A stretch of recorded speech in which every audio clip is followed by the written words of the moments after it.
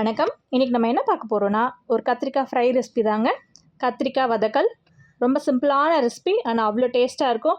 என்னம்மா நார்மலாக கத்திரிக்காய் வதக்கல் தானே, இது எங்களுக்கு தெரியாதா அப்படின்னு கேட்காதீங்க. இதில் நம்ம லாஸ்ட்டில் ஒரு ட்விஸ்ட் இருக்குது. என்னென்னா, ஒரு பொடி நம்ம ஆட் பண்ண போகிறோம். அந்த பொடி ஆட் பண்ணிங்கன்னா இன்னும் அவ்வளோ டேஸ்ட்டாக இருக்கும். ஸோ அது எப்படி செய்கிறதுன்னு பார்க்கலாமா? ஃபஸ்ட்டு கத்திரிக்காய் எடுத்துக்கோங்க. உங்களுக்கு எந்த கத்திரிக்காய் பிடிக்குமோ அதை எடுத்துக்கோங்க. நான் இன்றைக்கி இந்த முள் கத்திரிக்காய் எடுத்திருக்கேன். இது நல்லா டேஸ்ட்டாக இருக்கும். அதோட இதோட சதையும் நல்லா ஜாஸ்தி. ஸோ நான் இது சூஸ் பண்ணியிருக்கேன். உங்கள்கிட்ட எது அவைலபிளாக இருக்கோ எது பிடிக்குமோ அதை எடுத்துக்கோங்க. கத்திரிக்காவை இந்த மாதிரி கட் பண்ணி எடுத்துக்கோங்க.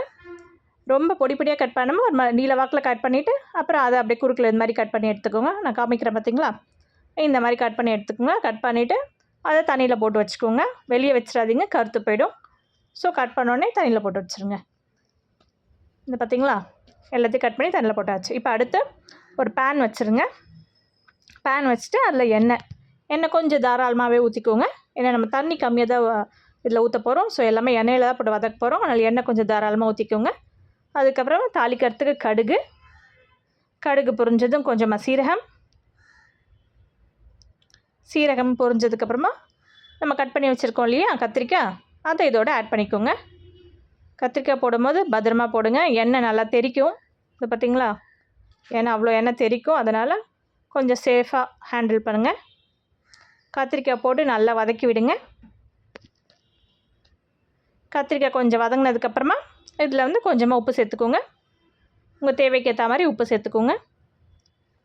உப்பு சேர்த்ததுக்கப்புறமா மஞ்சள் தூள் ஒரு 1/4 ஸ்பூன் அளவுக்கு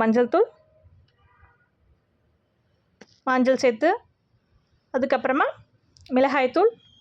நான் இன்றைக்கி குழம்பு மிளகாய்த்தூள் தான் எடுத்திருக்கேன்.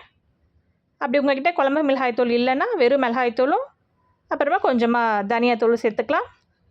இல்லை இந்த மாதிரி மிளகாய்த்தூள் இருந்துச்சுன்னா குழம்பு மிளகாய்த்தூள் இதே போட்டுக்கோங்க, அவ்வளோ டேஸ்ட்டாக இருக்கும். இந்த குழம்பு மிளகாய்த்தூள் இது ஒன்று போதுங்க. இதை அரைச்சி வச்சிங்கன்னா எல்லாத்துக்குமே யூஸ் பண்ணிக்கலாம். இந்த ஒரே ஒரு மிளகாய்த்தூள் போதும். அடுத்து இது வேகிறதுக்காக கொஞ்சமாக தண்ணி, ஒரு 1/4 டம்ளர் அளவுக்கு தான் தண்ணி. 1/4 டம்ளரோட ரொம்ப கம்மி தான், அந்த அளவுக்கு தான் தண்ணி எடுத்திருக்கேன். இப்போ நல்லா இது மிக்ஸ் பண்ணி விட்டுட்டு இது ஒரு மூடி போட்டு வேக வச்சுருங்க. அப்பப்போ ஓப்பன் பண்ணி மிக்ஸ் பண்ணி விடுங்க. ஒரு 5 to 10 மினிட்ஸ்க்குள்ளே கடகடன்னு குக் ஆகிடும். பார்த்திங்களா, இப்போ ஆல்மோஸ்ட் இது நல்லா குக் ஆகிடுச்சு. நல்லா வதக்கி விட்டுங்க. இல்லை கொஞ்சமாக கருவேப்பிலை மேலே தூவி விடுங்க. அடுத்து இது அப்படியே இருக்கட்டும் ஒரு ஓரமாக. நம்ம இப்போ ஒரு பொடி சொன்னோம் இல்லையா, அந்த பொடி இப்போ ரெடி பண்ணலாம்.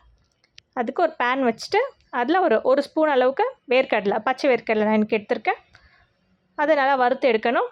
ஒருவேளை உங்கள்கிட்ட வறுத்த வேர்க்கடலை இருந்தால் அதை யூஸ் பண்ணிக்கோங்க. அதே மாதிரி ஒரு ஸ்பூன் அளவுக்கு கடலைப்பருப்பு சேர்த்துருக்கேன். அதே ஒரு ஸ்பூன் அளவுக்கு உளுந்து. எல்லாமே சம அளவு தான் எடுத்திருக்கேன். ஒரு ஸ்பூன் கடலைப்பருப்பு, ஒரு ஸ்பூன் வேர்க்கடலை, ஒரு ஸ்பூன் உளுந்து. இது எல்லாமே நல்லா ரோஸ்ட் பண்ணிடுங்க. ரோஸ்ட் பண்ணிவிட்டு கொஞ்சம் ஆற வைங்க.